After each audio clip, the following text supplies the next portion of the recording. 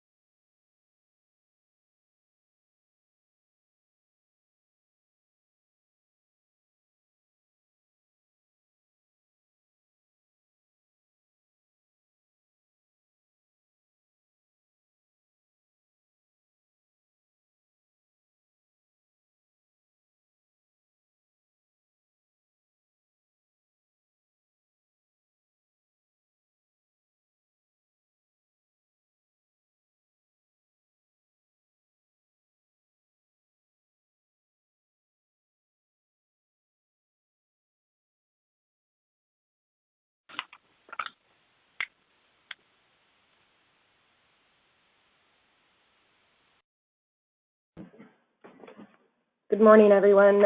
Welcome to the Oregon Wine Board presentation of an introduction to LibDib, an alternative to standard distribution services.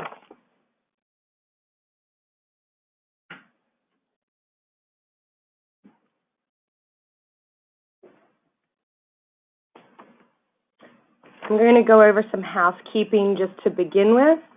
This is Bree Boskov, Education Manager with the Oregon Wine Board. All of the attendees are on mute for the webinar. There will be time for question and answer at the end of the webinar. To ask a question, use your question tool in the taskbar, and we will answer the questions as they come up, but there will also be time at the end for Q&A. The webinar slideshow and a recording of the presentation will be available to view or share on our website at industry.oregonwine.org.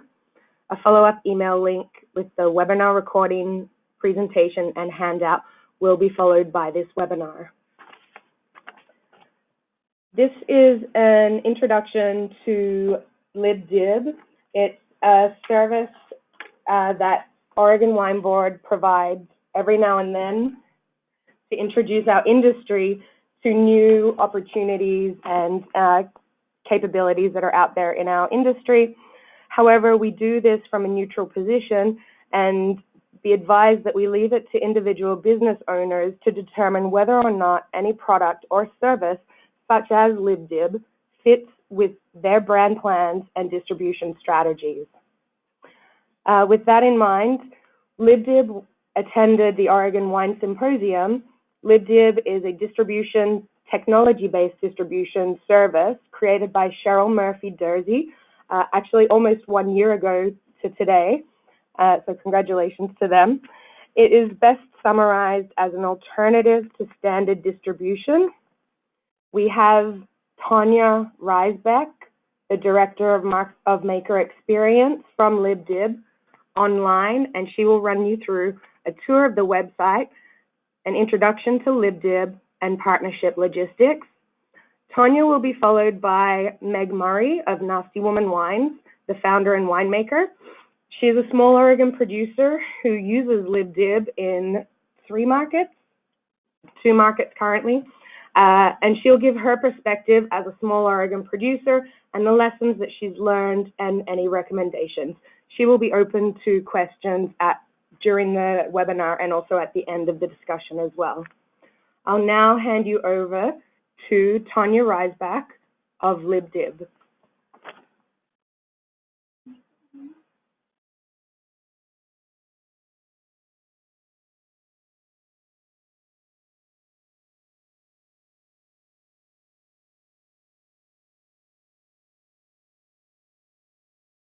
Hello, can everybody hear me?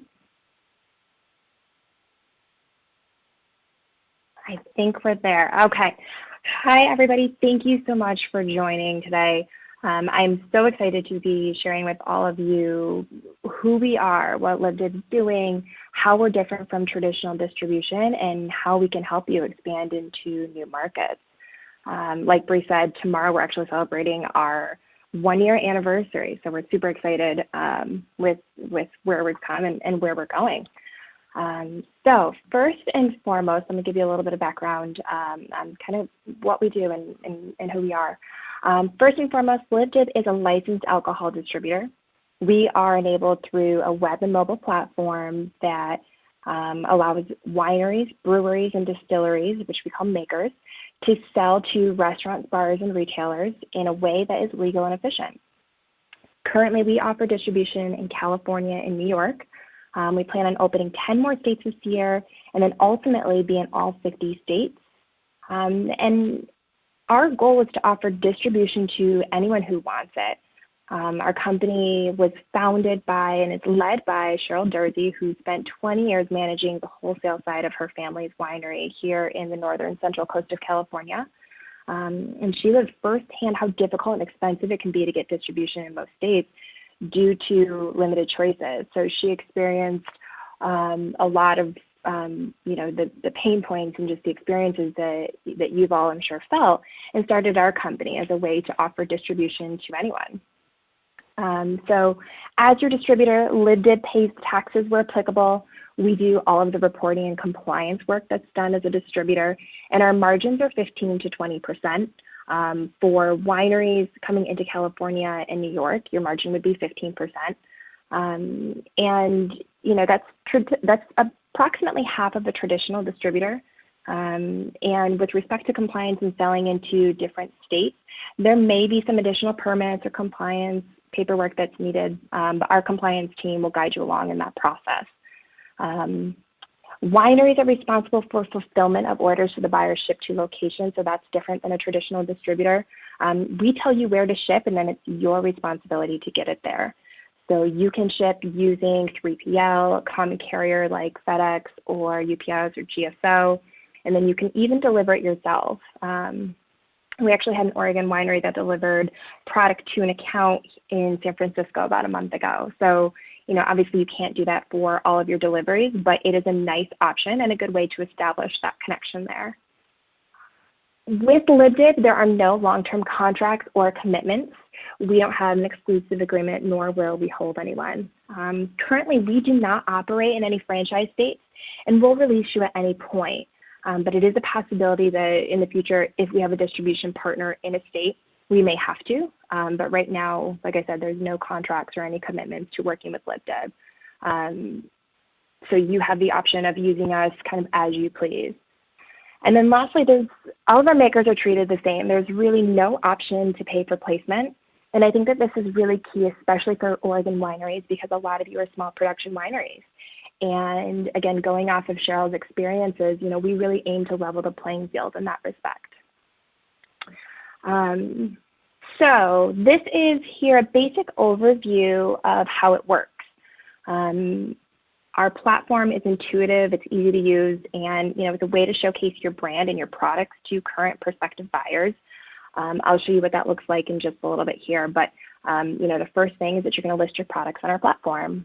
The second thing that you'll want to do is you want to hit the market and sell your products, whether it's traditional sales methods like feet on the street or using the tools that we have on the platform to sell.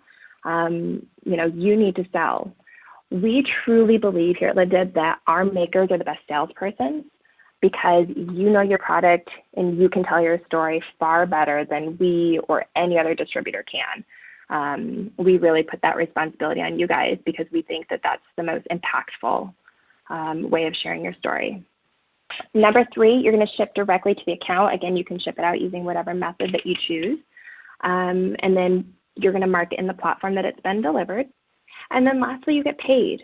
So once that product is marked as delivered in the platform, LibDib is going to invoice the buyer. We'll collect the payment, and then we'll pass that payment on to you.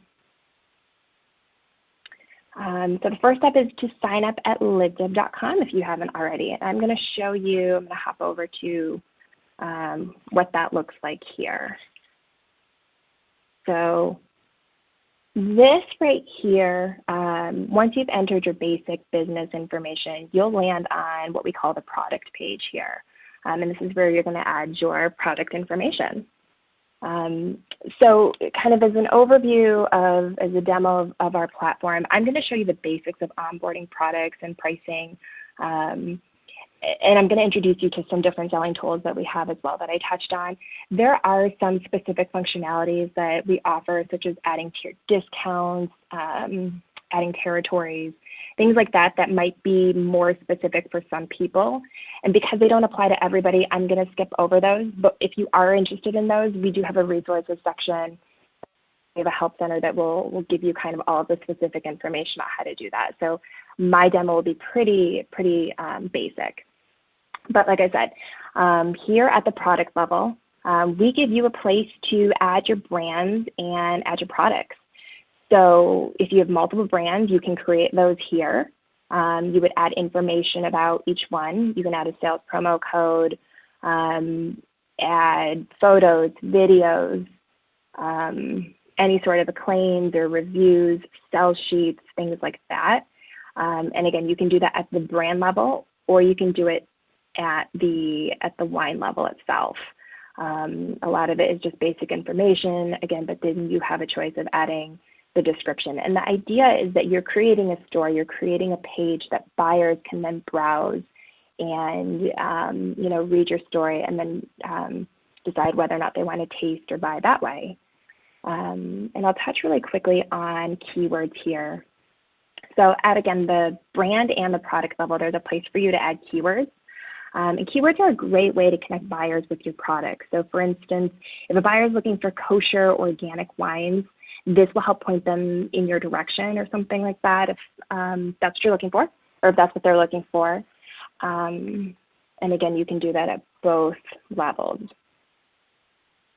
So pricing, this is where you're going to set your pricing and availability. Again, we've got resources to help you with this, but as I mentioned, our margin is 15% in California and New York. So here, you're going to enter what we call the amount paid to maker to cover product and shipping. That's what we call the maker price. And this is how much we're going to pay you after all is said and done. Because you're responsible for getting product to the accounts and thereby covering the cost of shipping. That cost is already paid by you, and so you're probably going to want to include that in your price so that you can recoup those funds. Once you enter that number, we'll calculate our margin and we'll create what we call the selling price. And this is the price that we are going to sell it to restaurants, bars, and retailers for. Down here is an example of where you can see the tiered discounts if that's something that you choose to do. It's not required, of course. And then after all is said and done, this is an example of what a buyer would see when they log into the platform. Obviously, this is a pretty basic view of just our LibDib wineries offerings. And so when the buyer comes in, they'll be able to see what's available to them. If they're a California buyer, they'll be able to see California offerings, based on their license, things like that. On the side here is where they can choose. Maybe they want Oregon wines, maybe they want red, maybe they have a certain price point that they're looking for. They have an option of choosing that all there. And then lastly is our selling tab. And this is where you can invite, make suggestions, and also where you can access your depletion report at any point. And that would be here. Unfortunately, this winery hasn't sold anything, so they don't have anything. But this is where, again, around the clock, you're able to see who you've sold to, how much, and the cost, if it's been delivered, things like that.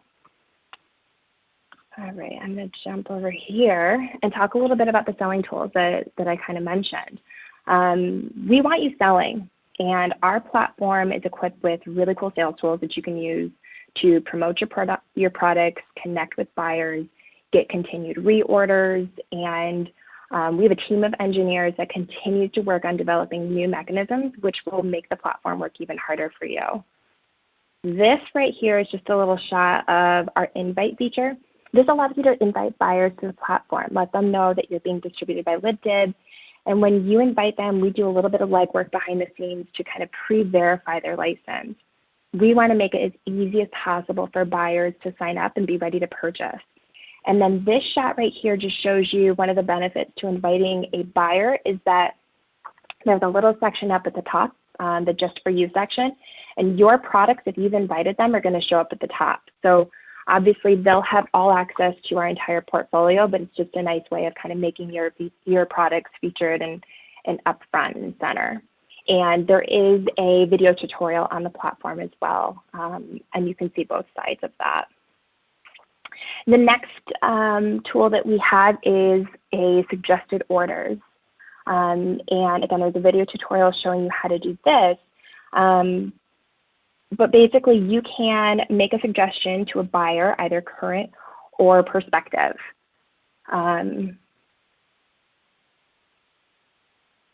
Three, you're able to send samples.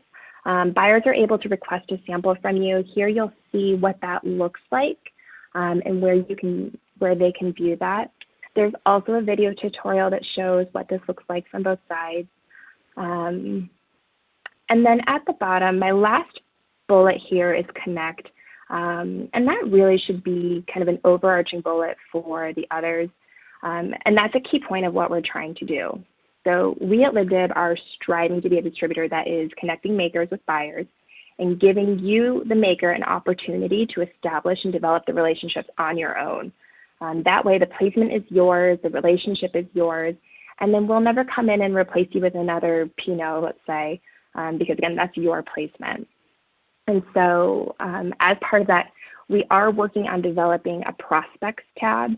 Again, that's going to be on that selling tab there. And the idea behind this is that we're going to connect you with prospective and compatible buyers. This is going to be based on the compatibility. So again, set by keywords, general descriptions, things like that, maybe price points, the type of restaurant, type of bar. But it's also going to be based on your level of engagement. We really want our makers to use the platform to its fullest and utilizing the tools that we offer. We are also working on a certified broker program for those folks who are maybe looking for a sales arm. It is still in development, but this is really intended to be a resource for you of people whom we've spoken with and that offer feet on the street in markets that we sell into. So again, we're still developing that, but we hope to enroll it in the next few weeks. So if you're logged in, or I'm sorry, if you're signed up, then that will be a way of getting up-to-date information about that. So this right here is just to give you an idea as to what it looks like for a buyer. Buyers come in, and this is kind of the front-facing shop page that they'll see. As you can see, they can browse by the type of alcohol. They can also look at the bottom here where we have a section for people to explore new products. And then, of course, as our portfolio expands, we'll have more categories down at the bottom here. And then one of the key things about LibDib and that our buyers seem to really like is that with our platform, we're always open. So buyers are able to log in and browse and search and purchase around the clock. We actually find that some of our buyers are placing orders at 2 in the morning when they're done with their shift, and they're kind of browsing and seeing what's new. And so that's different from a traditional distributor where the salesperson comes in at a certain time every week, and they have to meet with them. So, just offering that around the clock service and purchasing power is really, really important. And again, we've seen some really, gotten some nice feedback about that and have seen orders come in around the clock. I also want to talk about kind of alternative ways to order. So I just showed you the browsing page and kind of talk about how easy it is for a buyer to purchase.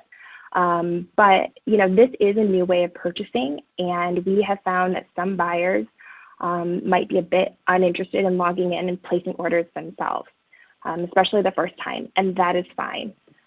This right here is just showing you some of the alternative ways that a buyer can purchase or that you can help out. So you can use an order form, which you'll see here. This is offered to you in the suggestions tab. This is where you can generate this. You can print it out. This one here is just a blank copy. You can print it out, and then as you're out in the field or as your salespeople are out in the field, fill it out, snap a picture of it, and then send it to us at orders@libdib.com, and we'll process that order for you.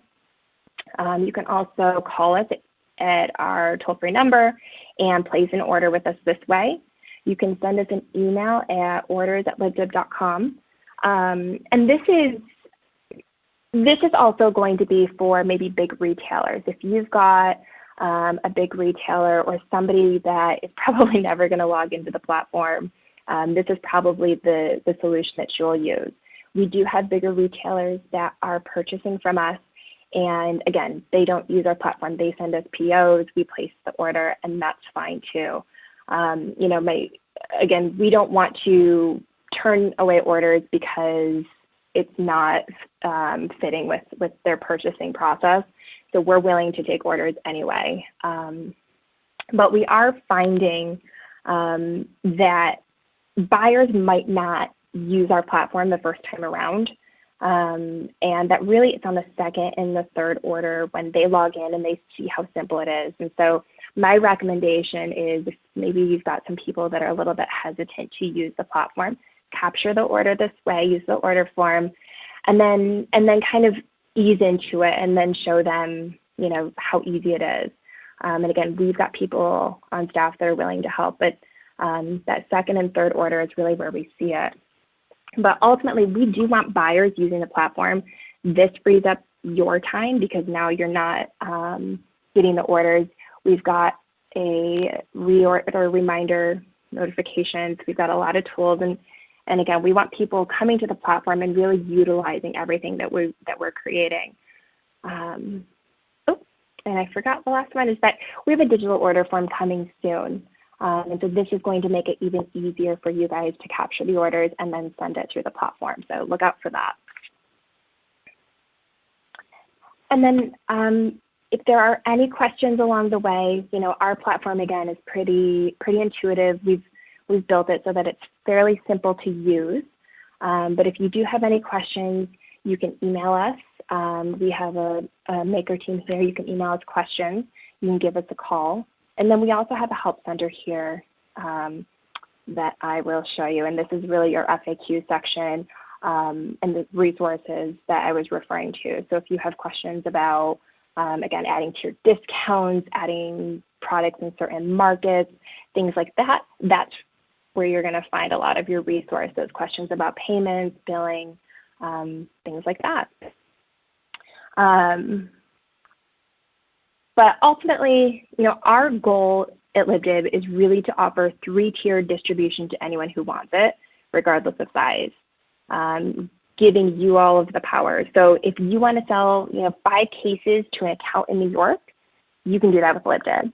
Or if you want to create a private label for a restaurant in California, you can do that too. With LibDib, you have the access to the market. You have control over your brand messaging, and you have the power to communicate with buyers directly to get and maintain your placements.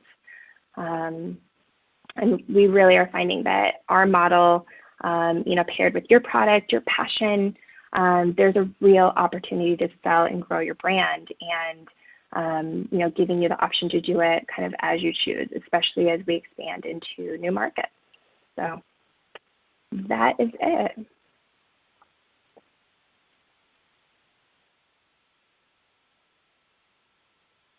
Hey, Tanya. We had a few questions come in while you were speaking, so we're going to ask those now if you're ready to answer some questions. Are you still unmuted? I think so. Can you hear me? Yep, we can hear you. So okay, the first perfect. question, people are wondering if you could explain a little bit about wine delivery and how that component works with LibDib. Specifically, what about, you mean what they're using to deliver, or? Yeah, so they're wondering about the delivery logistics. So once the wine is sold, how does the wine get into the hands of the buyer? Sure. So how it works is we'll tell you where to ship the product, and then it's your responsibility to get it there. So You know, a lot of people have their wine in a warehouse or maybe at the winery, and so you want to use FedEx or UPS or, again, your fulfillment warehouse to actually get it there. We put that on you guys to get it there, probably using a lot of what you're doing for your wine clubs. Kara, I hope that answered your question. Let me know if it didn't. We also had another question from Brenda Schaefer. She's wondering, for the printout order form, is it possible to customize it with the winery logo? Possibly. That's a good question. Possibly. The only kind of question I have about that is then who's collecting the order. So I'd have to get back to you, I think, on that. I don't imagine that would be a problem, though. Okay. Also, do buyers need to request samples, or are makers able to send samples on their own initiative? Yeah, so right now, our platform just allows for buyers to be the ones to request samples, but you can absolutely send samples on your own. That would probably right now not go through the platform, unfortunately. So we think, again, kind of bringing people to the platform is have them request it that way. That way you have a log of everybody that you've sent it to, and you know, that's good information for you too in terms of selling and where to focus your efforts. Great. And so Greg Lint is wondering, what is LibDib doing to attract buyers to your website? So we are doing, we list in in beverage media in New York. So we do a lot of marketing, a lot of press to bring buyers. We've got people, we do trade tastings and really trying to promote our brand and our platform and things like that. But we really, again, put a lot of the responsibility on the buyers to kind of bring people to the site and to promote your product. But again, in New York, we're listing with beverage media, so that's a great place for buyers to see what we have on our portfolio. Unfortunately, there's not something similar to that in California here.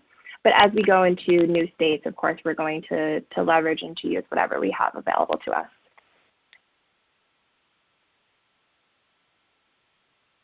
Great. There are so many questions rolling in. That's so great. I'm so glad you guys are engaged. I'm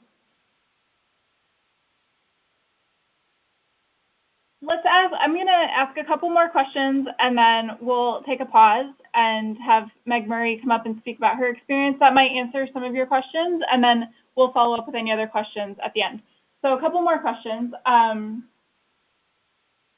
Laura Gordon's wondering if you could talk a little bit more about how private label would work, if it's an exclusive deal, but then... Sure. Yeah. So how that works is you have an option on our site, and this kind of is what we categorize as our territories. And I didn't get into it in too much detail, but you have the ability to kind of set by zip code and by on-premise or off-premise down to the account who is able to get that private label. So how it would work is you would list that private label that you've created, and then only that buyer that you've kind of assigned would be able to view and also to purchase. Okay, thank you. And there's a couple questions about payment, and then we'll move on. So what payment terms does LibDib offer the buyers, and how does this affect when and if the producer actually gets paid? And sure. Another question, follow-up question is, how much does it cost to work with LibDib? And also, how are you all reaching out to buyers so that they, okay, that's a different question. So one is, what are the payment terms for LibDib for the buyers? And then how much does it cost to work with LibDib? Sure. So the only cost to work with LibDib is that 15 is our margin. Again, it kind of could vary by state, but for California and New York, it's 15%, and that's based off the selling price, and that is it. We only make our money if you sell a case. There's no minimums or monthlies or any additional fees. It's just that. And then in terms of payment, most of our accounts are on a net 30 pay schedule. And so they pay us and then we turn around and pay you as soon as we collect that payment. In California, we can accept credit cards. So if an account in California pays by credit card, you get that payment super fast. At the most, it's going to be 60 days. And this really is in the event that the account doesn't pay. We take responsibility for all orders processed through our platform. So we are going to pay you no matter what within 60 days. But generally speaking, it's shorter than that.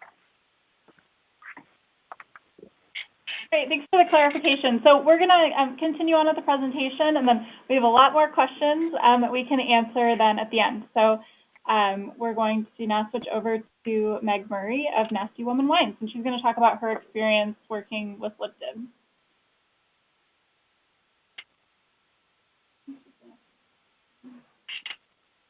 And Tanya, if you could switch the screen view. Sure.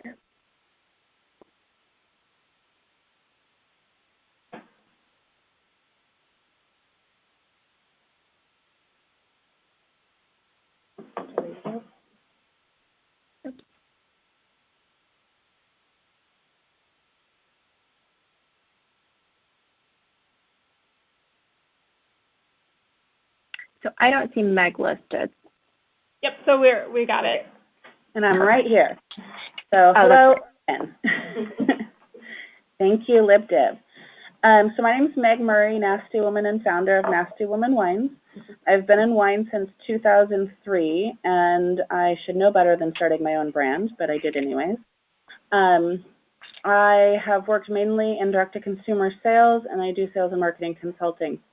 I have a habit of buying domain names just because they're fun.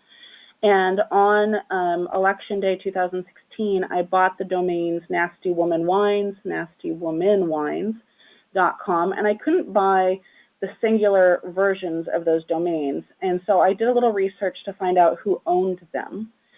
And I found out that it was Cheryl who started LibDib. So I actually waited until I secured my trademark within the wine category, and I reached out to her and just gently said, hey, I own this trademark. I see you own these domains. Be happy to give you some wine for them. A few days later, she emailed me back. She said, first off, can we be best friends? Second of all, absolutely. And third off, sorry for the delayed response. I've been a little busy launching my own distribution firm, and we should talk. So it's kind of funny how the world works, right? So that's how I got to know about LibDib.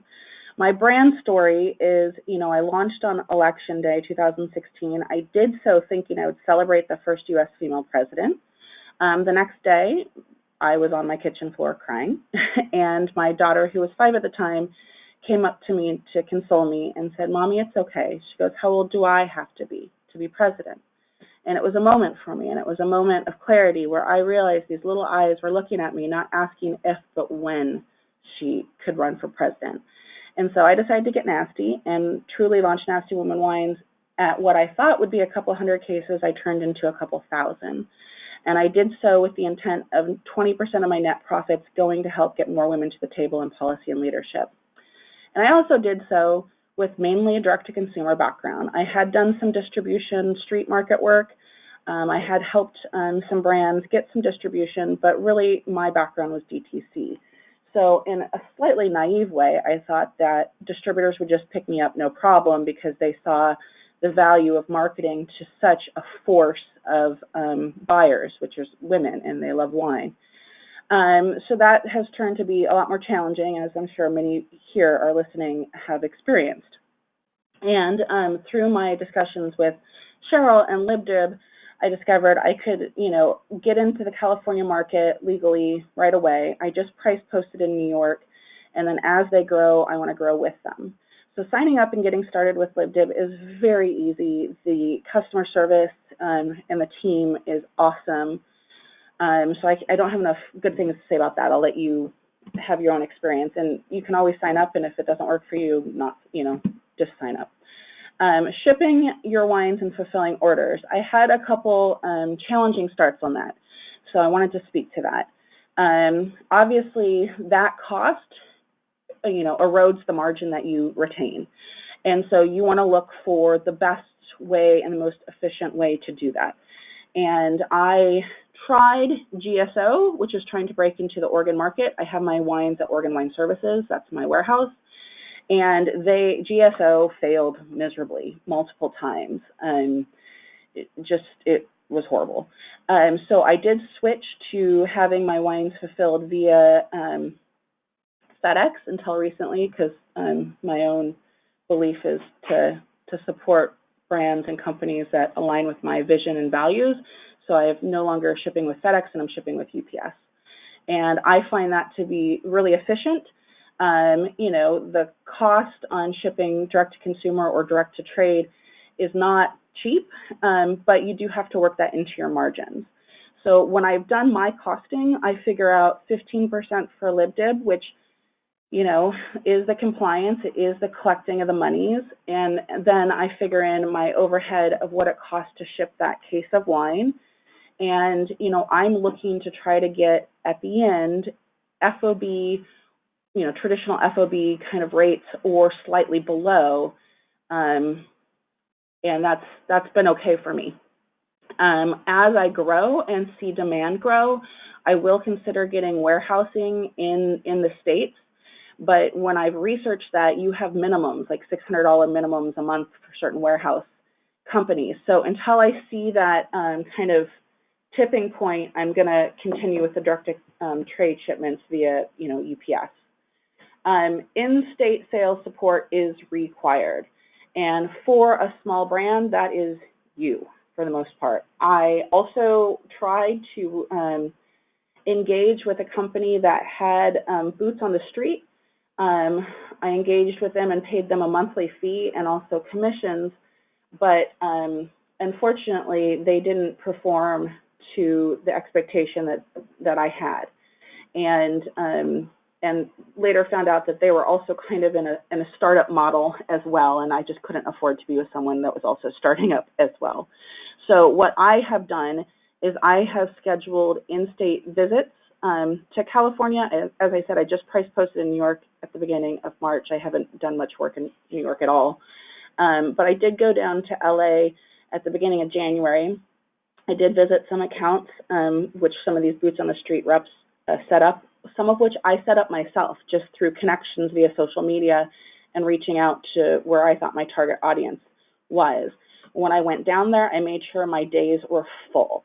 And I walked into accounts that I had prearranged appointments with, poured my wines, and what I really wanted to see was proof of concept and kind of seeing if this brand was a pull brand or a push brand. And I closed 80% of the accounts I visited, and even one of them took 40 cases of my wine for their own wine club. So, and since then I've seen some reorders of those accounts, and I plan to go back to LA in April and maybe touch on some of those accounts, but also start building some other accounts. And my tactic on that is that you're going to probably, being a small brand and having limited marketing and travel resources, go deep, don't go wide. So I plan to really get a stronghold in certain markets, and then from there start asking about who are brokers that are on the street selling wines that these accounts like to work with, and start researching that. So I would say, moving into the kind of the pros and cons. Pros, the system, LibDib, super easy to use, great customer service. I see them growing as an alternative within the distribution model. And I think as there's more people using the technology and buyers more used to kind of going in that direction, there's real opportunity for growth. Cons, you got to do the sales. You got to do the hard thing. You got to get out there. You got to walk the streets. You got to make the phone calls. You got to set up the appointments. And yeah, that's just, there's no way around that. My hope is to build up enough of a brand pull that I can then, if LibDib's still working and I can find some good brokers, stay with LibDib. But if I have enough brand pull, go to perhaps a traditional distribution model, maybe, and one that has a sales force that can also help. But even those models these days with the whole distribution and where it's at, like you still have to be working the market and making sure you have brand ambassadors and people that are truly telling your story. Tips for small wineries, I think going back to what I said, go deep, don't go wide, do a market, do it really well. And then also fill your days with, you know, not only account visits, but can you tag on a winemaker dinner? Can, you know, what are other events that you can do to really get that ROI on that time? So from here, I'll just kind of do a quick recap and leave some time for questions. I think you need to make sure that you adjust your expectations and just know that it's hard. It's hard whether you're out there, you know, beating the bricks on your own and then using LibDib as the funnel for the compliance and the money, or even if you're just getting a distributor. It's just hard. There are so many brands out there. How do you get attention when there's so many people pulling in different ways? So you really need to look at your brand and your goals and think about what differentiates you, and then really find your buyers and your tribe and speak to them. As I said before, utilize your time to the max, set up account visits, winemaker dinners, events, you know, really try to get the ROI when you're in the market, and then work social media to the max. I like to think that Nasty Woman Wines is doing a good job with that. I own another firm called Elevage Consulting, and we do a lot of that social media marketing. So, you know, this isn't new to me, but what I have found with social media and with Nasty Woman Wines is while it doesn't necessarily convert buyers directly right there, it also helps brand awareness. So when I'm walking into accounts, people are saying, oh, I've heard of you. Oh, I've seen you before. And it takes a couple hits for people to kind of start to see a brand and resonate with it. And then collect data, and use it. So make sure you have a good customer relationship management system. Use the system within LibDib, and you know, make sure good data is going in so then you can harvest that data and use it to its full extent. So that's what I have to say about that, and I'll open it up to questions.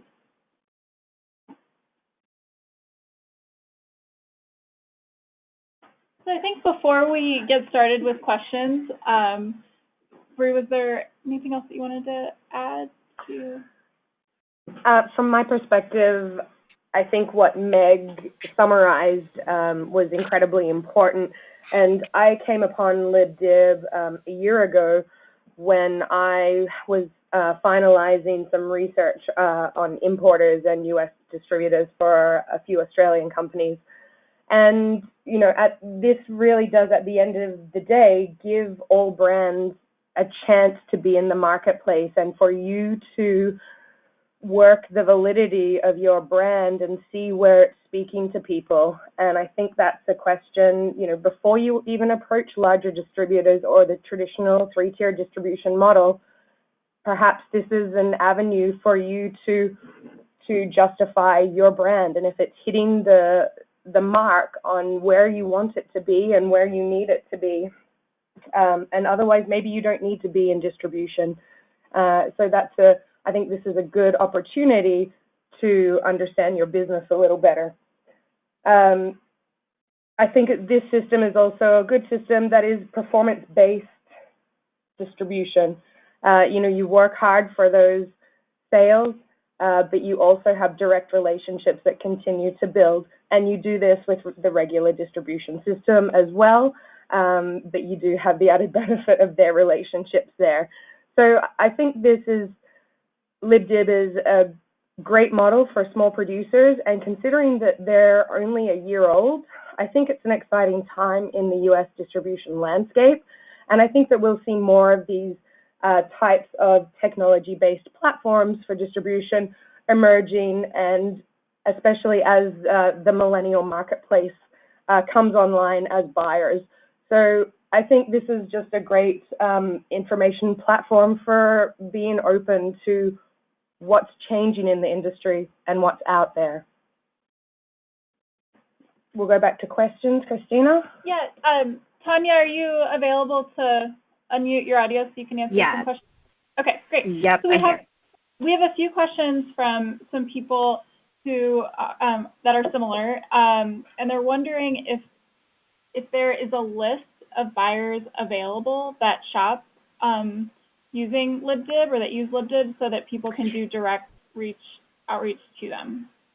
Yeah, so great question. So right now we are not offering a list of our buyers, and it's not really for, trying not to be transparent or anything like that. It really is trying to be more strategic in the way that we tackle everything. We don't want to inundate our buyers. So right now we've got over 500 makers that are signed up, and they're at kind of various stages, and we've got over 1,000 buyers that are signed up. And the idea is that we're going to be more strategic. We're going to be a little bit smarter. So instead of our 500 plus makers that are kind of reaching out to all of these buyers that maybe don't relate or aren't as compatible, we want to be more strategic about it. And that kind of goes back to that prospects tab and the keywords and things like that. And so, if there is if your price point isn't within a certain restaurant's price point, then that's not really a good match there. So how can we be a little bit smarter and connect you guys? And that's what we're working on. And we just think that that's more effective and more powerful to do it that way. So you said about 500. You're working with about 500 makers and about 1,000 buyers.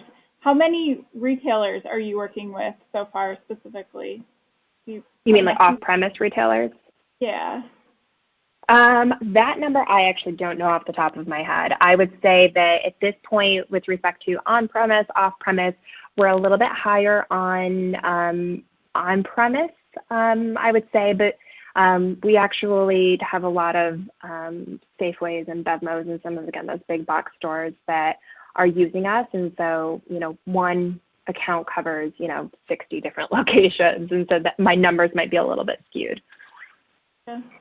And this is Meg again. I just want to echo that it's up to the brand to find the buyer. So while a buyer or an off-premise account might not currently be using LibDib, doesn't mean that they can't. And so if there's a target that you have to go after, you can always take that order, get it to LibDib, and they'll process it.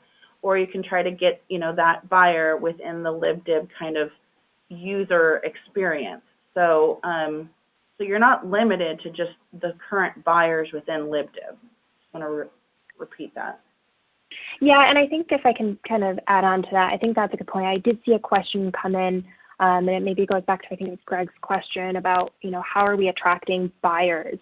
And, we had a sales team for a bit that was really out there teaching, telling everybody that, hey, LibDib, we're a new distributors, this is what we have. But, I think it's more powerful, and it was, we were seeing more sales when it was a maker going out saying, this is my brand, this is where you can get me, as opposed to, saying, this is a new platform, look to see what you can find. It just doesn't resonate quite as well as going from that direction.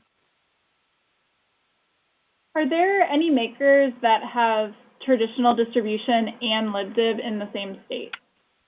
Yes. So we, again, back to the territories, we don't have exclusive, so it's fine from our perspective for you to have multiple distributors. And assuming that the other distributor that you're working with feels the same way, it's fine. So, California is a giant state, so we work with some makers that might have traditional distribution in the Northern California, but they want to use us for Southern California. And then some of those areas get smaller and smaller. Other there's a pocket in the Central Coast that's not covered, and they want to use us just for that, and that's fine with us. Again, you want to check with your other distributor to make sure it's okay with them, but we do have the capabilities, and we're fine with that. And so you're working in California and New York now. How many states in the future do you plan to work with? Yeah, so ultimately we want to be in all 50 states. We want to be an option for distribution, everywhere. This year we want to open up into 10 more states. And, kind of in no particular order, we've got our eyes set on Washington State, Oregon, Nevada, Arizona, Iowa, Wisconsin, the New England area. That's kind of where we're looking, but that could change at any point. Great, thanks. Does LibDib interface with fintech for payments?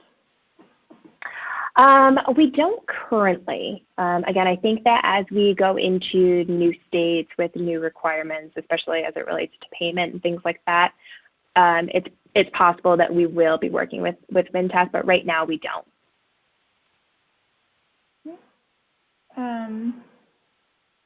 Everyone, thank you so much for all these questions. I'm going to go through and just pick ones that I think are most relevant to everybody, and we'll make sure that you have Tanya and Meg and Bree's contact information so you can, reach out directly and ask those questions. So we'll take a few more questions here. Can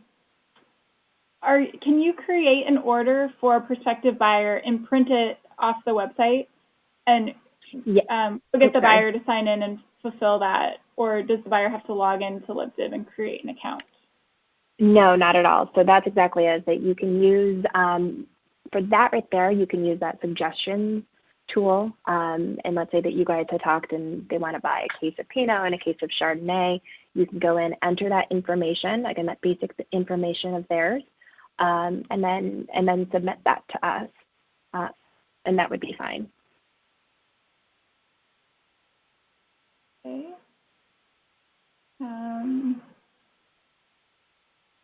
There's a lot of questions about shipping and delivering, and I think I think that's something, because that is the responsibility of the winery. A lot of the laws you'll need to do the due diligence yourself around what you can and cannot ship across state lines, and what what that carrier does for inclement times of the year when you're talking about heat, or if there's breakage, what that carrier's policy is on that. Is that correct, Tanya? That LibDib really pays out the whole delivery process? That's exactly it. So you're going to use our license to ship, from state to state, crossing state lines and things like that. But you're absolutely right, is that, check the weather. If it's going to be really hot, put some ice packs in there. And again, really just heed to a lot of the practices that you're probably already using for your direct-to-consumer, your wine club, things like that. But just kind of look at us as, hey, now we can do the same thing and send it to trade. I think that's a good point. Do you plan to offer trade or portfolio tastings in California? We do. We actually just had a trade tasting last night, and we do things kind of keeping in line with our motto of distribution done differently. We do our trade tastings differently too, and we do kind of an open call. Anybody that wants to participate, send us some samples. Makers do not come and pour. We, LibDib, we're the ones there pouring. We segment and we kind of separate things by varietal. So, then buyers come, and if they're looking for a Pinot, they come to this table. If they're looking for a Cab, they come to this table. And it's just a good opportunity for buyers to come in and taste the products, a lot of different products, see what they like, no pressure. And then we've got the iPads and laptops and things like that around, that if they want to know more about the product, they go to your brand page. And so that's what we've done. Yesterday was our second one, and it seems to be very successful. I think we'll continue doing that. I'm sorry? How many people showed up for that? Last night we had 70 people show up. Oh, that's great. And right now, again, it's, we're just shy of a year old. And we're kind of keeping things in our backyard, and we're testing things. And so the two that we've had have been in Northern California, but again, we've seen a lot of success with these, and so we're going to continue. And as we go into new markets, of course, we'll be offering these tastings into different markets as well.